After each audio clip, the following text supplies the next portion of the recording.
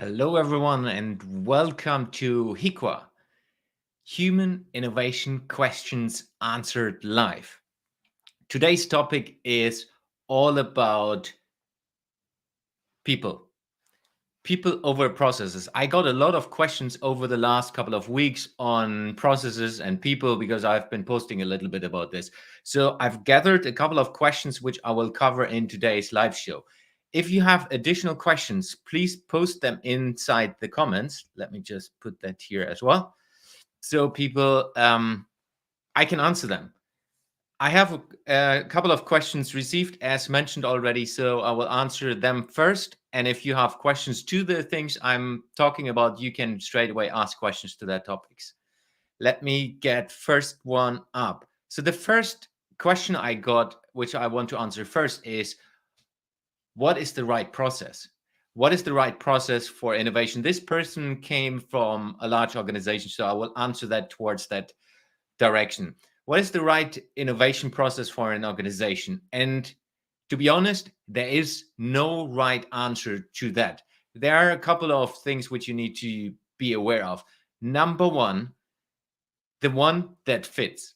So the right innovation process is the right process that fits into the organization, because a lot of organizations have a lot of goals, and without knowing what the organization wants to achieve with innovation, I have no idea what is the right process.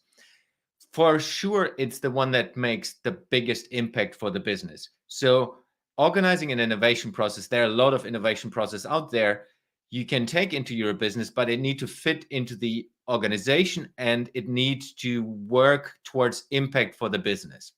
So it's really one that solves problems as the number one thing. So you need to look into how is the organization structured, what are the goals of the organization, and how can you create impact with an innovation process. And of course, you go into details when you say what are the different ways of prototyping, how do you build that into the totality. But for me, the most important part of this is really finding a process that works for your business and that enables people to innovate inside of that. Important is the enabling factor for me. So that's why for me is people over a process. You need to involve the people inside of the organization. Yes, there are different ways, and I will go deeper into one of the questions, which is more how do you structure that on what do you want to achieve with innovation. If you want to go towards disruptive innovation with your business, the process might be different than if you go for improving the core business and products. So it's really understanding how do you enable people is the key part. And then when we look into enabling people, the key part for me is every person inside of the business. Specifically, when you go into improving the core business around innovation, you need to work with everyone and enable everyone inside of the organization. So it's from a process perspective, starting with the problem, looking how you can impact the business, and then looking into how do you involve more people than, let's say, if you have an innovation department or an innovation team, more than the innovation team to solve that problem. And that's then for me the best process for that organization. And of course, if you take it higher level, you will have a portfolio strategy where you start with we have this problems inside of our business, and we look into finding solutions for this problem and really going deeper into that so that we can focus on solving these problems, creating impact, starting with key understanding of the problems, then sourcing opportunities how you can solve these problems and validating your ideas on how to solve this problem in an ongoing base. So that's more from a portfolio perspective, but from a detailed process level, it's really focusing on a problem, try to create impact and engage the people. And then you can plug in whatever process you like. There are a lot of processes out there. I don't need to go too deep into like the lean startup process. Whatever this process do, they all help you to validate your ideas and go into details that you prove that your assumptions are right or wrong to be able to create impact for the business. So when you start with looking for processes, it's all about how do you implement the processes with the people in your organization. It's not about what is the right process in the starting point, which is Should we go for the lean startup? Should we go for the strategizer building business models? It's more about how do you implement that in the business and create impact. That's what I want to highlight. And thank you already for the comment inside of the chat from Tobias. Um, he's just writing that's so true. You need to enable people to innovate. That goes beyond just process, roles and responsibilities. 100%. Thank you very much for the comment. Let's go to the next question. So, how do you structure an innovation department? Again, very broad question. It came as well from a mid-sized organization that was about, at least what I have researched from a person that works in a 600 people company, about 600 people.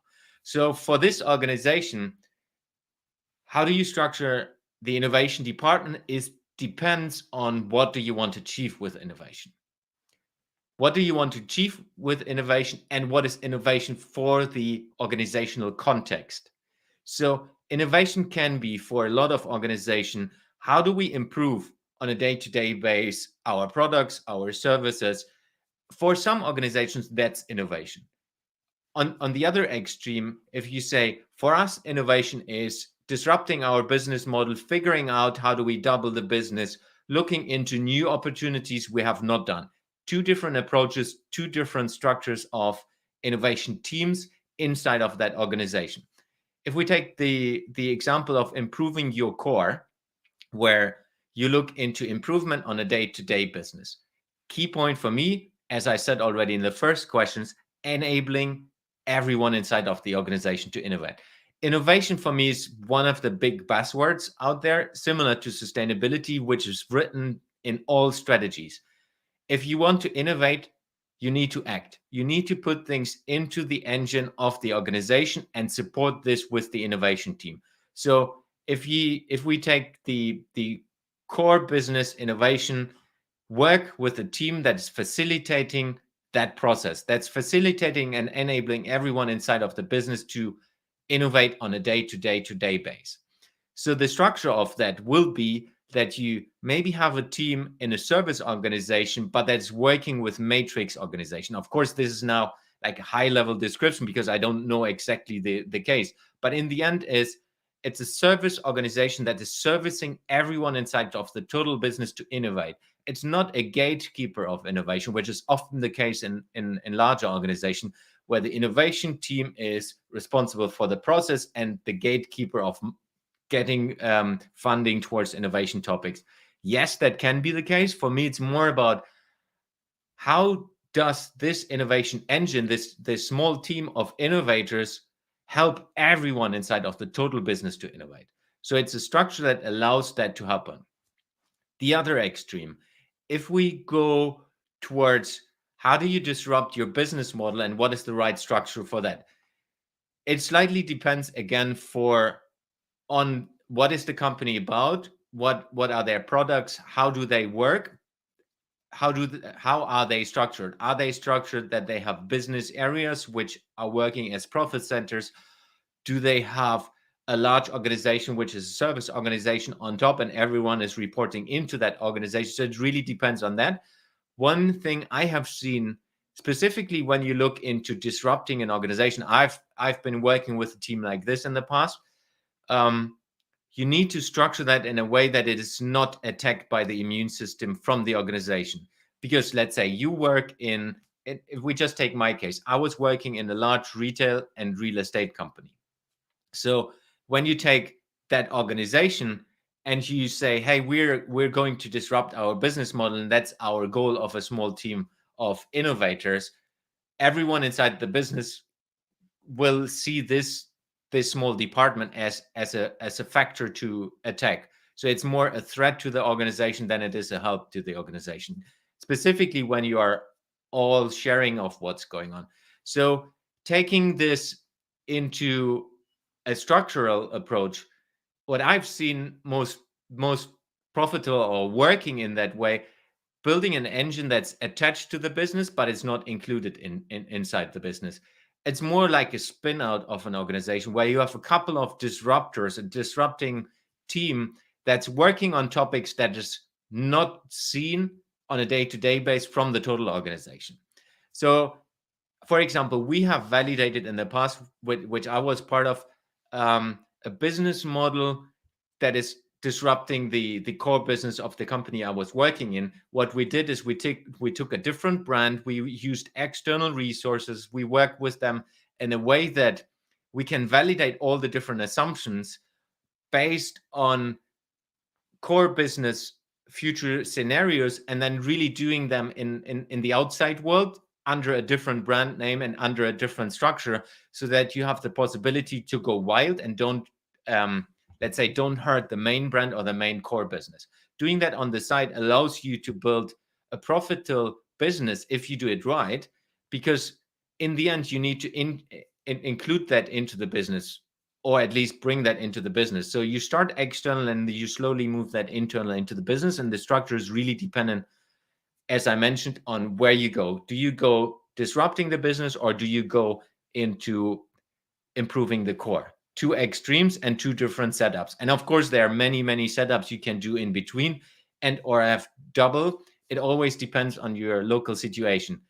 Key part is, how do you empower the people in both parts? One is empowering the team to facilitate the interaction of innovation in the total business. The other one is facilitating interactions with the team and the outside world, potential future customer base, potential future clients, that enable you to build a profitable innovation engine from the outside and then bring that into the business.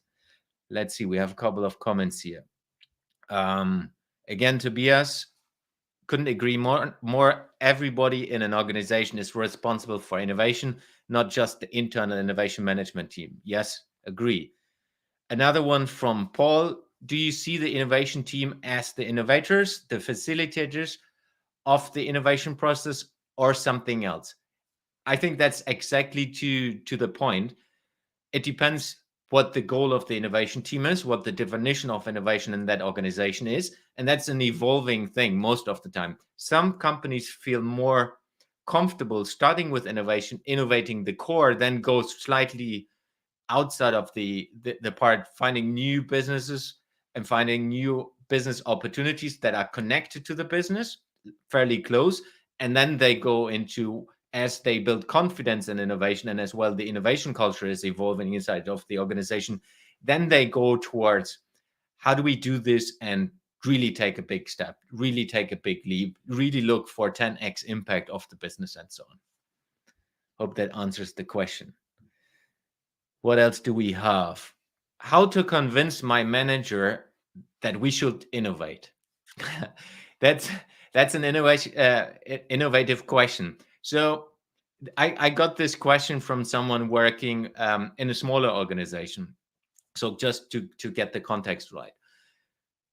Number one is listening to the manager, understanding what this manager is about and what are the different trigger points of the manager. That's, for me, the human aspect of everyone in an organization, everyone who wants to lead a movement, everyone who wants to lead let's say an innovation engine or something to innovate going forward. If you just go to the manager and say, hey, we need to innovate because I believe in it, it's not going to happen. So it's listening first, understanding what the needs, dreams, and desire of that particular manager are, but linking that to the business. Understanding the business and the needs of that manager will help you to speak the right language. Speaking the right language, it's often hard for innovators, specifically for educated innovators. You might understand all the business model canvas. You might understand value proposition. You might understand prototyping. You might understand design thinking. All of this are tools, not necessarily known by everyone in the whole world. Even though that you are an expert in this, that doesn't mean your manager will understand this. So how do you talk the language of the manager, the language of the organization, and translate what you want to do so that the person can understand it? And then, for me, a key part of that is as well, do it. Act before you ask.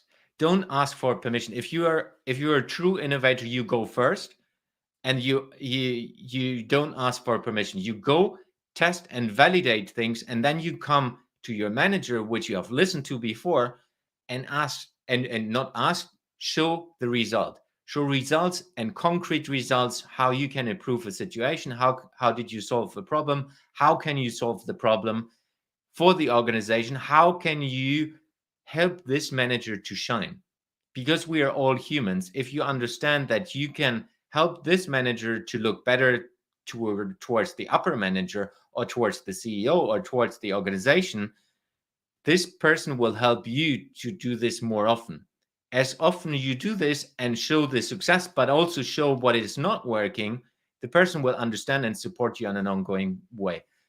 And that's, of course, step by step. Specifically in smaller organizations, you can do this on a day-to-day basis and really focusing on helping that manager to shine. They will always go back and support you. And as they progress, as you progress. Small steps which get you into that direction.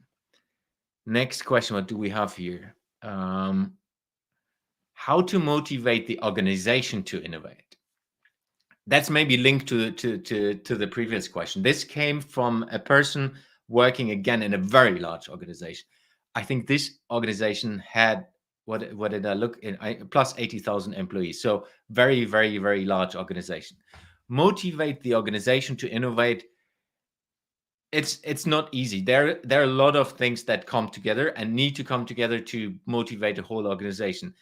If you talk about innovation, for me, it's always do first and show the results.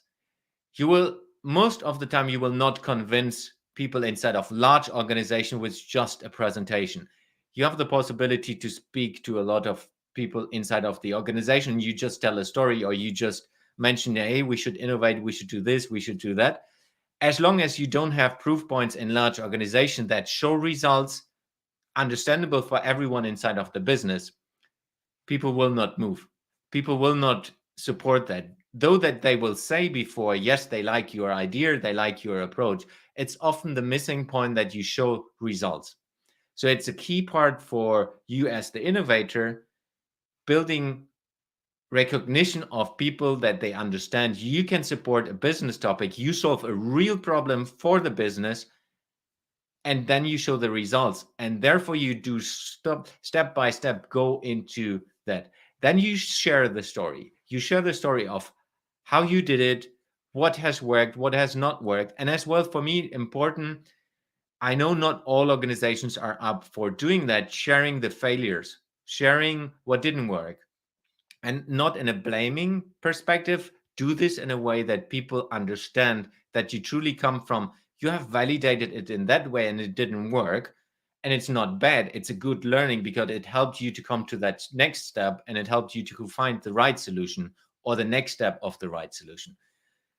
Really, really important, telling that story and getting the perspective of the other people, but talking in the language they understand.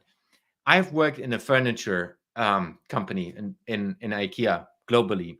So early on, when I was a team leader and I was responsible for reducing energy consumption in an IKEA store, we calculated the energy consumption back into sofas, because sofas, you have affordable sofas, and sofas, you have very expensive sofas. So we translated that into the expensive version and told a story around how many sofas do we need to sell to be able to convert that into the energy consumption we need to save. So everyone understood from a monetary aspect of how much money this conversion from sofas to electricity, in that case, was worth it for the business. So if you are able to tell the story that people understand it, it helps them to support your course. It helps them to really say, okay, there's something in it. Maybe we can do this in a different way. So people will come and start asking you about things. And then key part for me is documenting your journey. I'm a big fan of documenting on a day-to-day base your journey of what's happening, how is it working, how do you do that? Because if you build a storyline and help people to interact with you on an ongoing base, they get hooked to that story, they get hooked to the movement, and they see you progressing. There was a good post yesterday from a good friend who is innovator in AXA Nobel, which I shared only on LinkedIn yesterday.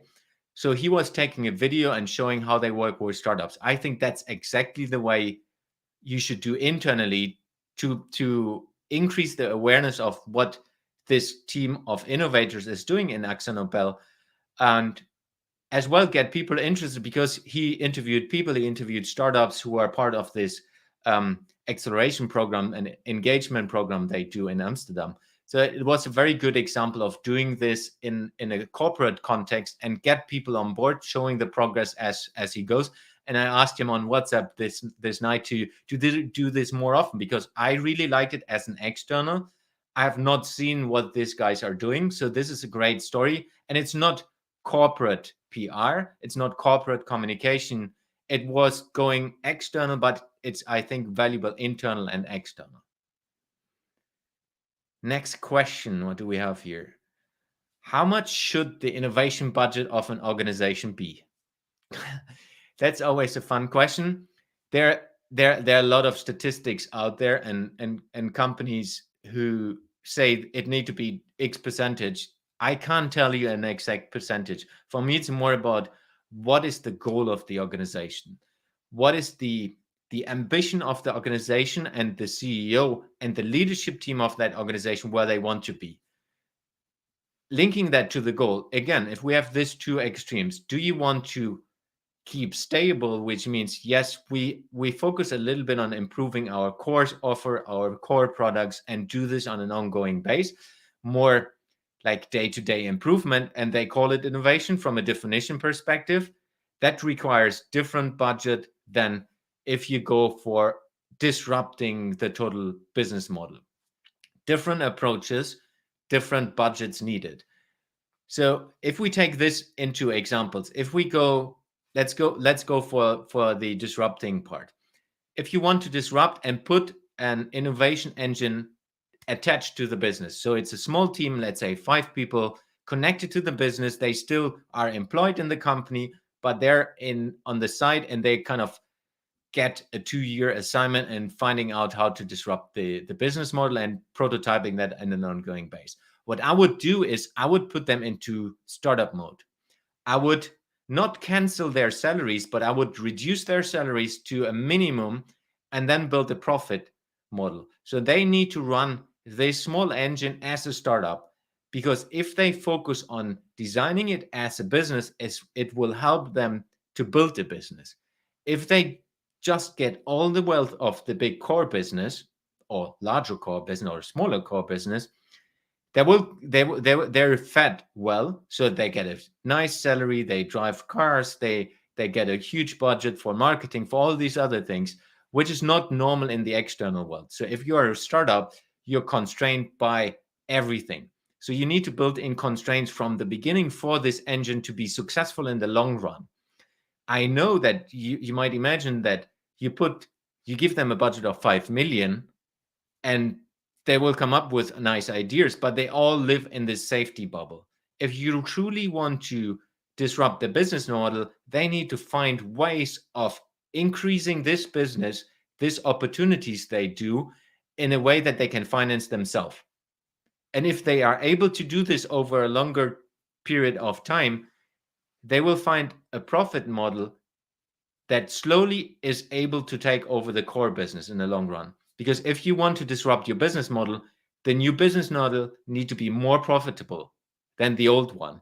If not, it doesn't make sense to swap the business model, or it will be just an additional offer, which can be the part. So not necessarily all the things the, let's say, disruptors team will work on will be a huge disruption. Maybe they have a feed into the core business where they say, hey, this we thought is a disruptive thinking, but it's not. So we feed it into the core business, and they can then take it to improve their core business structures. So I think there's a key part of linking that as well. From a budget, as less as necessary, as less as possible.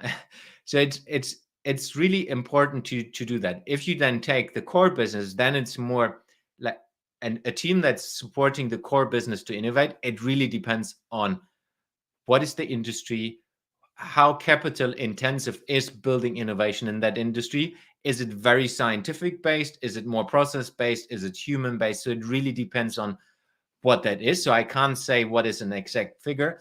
For me, key again, if you work with the core team that's supporting the core business to develop and innovate on a day-to-day base, focus on enabling the whole organization. So then you spread as well the monetary aspect, which means budget needed. Let's see if we have more questions. I think that's it. That's it for today. So if you have questions, I'm doing this session with different topics every Thursday, 11 a.m. Berlin, Madrid, Central European time going forward. If you have questions, if you have topics you want me to cover, please contact me at contact@heitlandinnovation.com, and I will bring that topics into the live show. And of course, I will bring that as well into the podcast later on. So every live show I will do will be an audio version inside of the podcast, latest on the day after. So you can listen to it again and maybe ask questions inside of the comments of wherever you see this. And I can take the questions into the next session and answer them as well in an ongoing base. That's it for today. Thank you very much. It was a pleasure having you all, and looking forward to the next HIQA, Human Innovation Question Answered. And it's all live, and you will be able to ask questions inside of YouTube, inside of LinkedIn, inside of all the different Facebook groups where I'm posting this. So please reach out to me and contact me at contact@heitlandinnovation.com if you have topics you would like to cover or like me to cover in the next session. If you want to jump on a podcast with me and go deeper into a specific topic, maybe have an argument, I'm all up for this. Please contact me, and see you next week, Thursday, 11 a.m. Central European time. Thank you.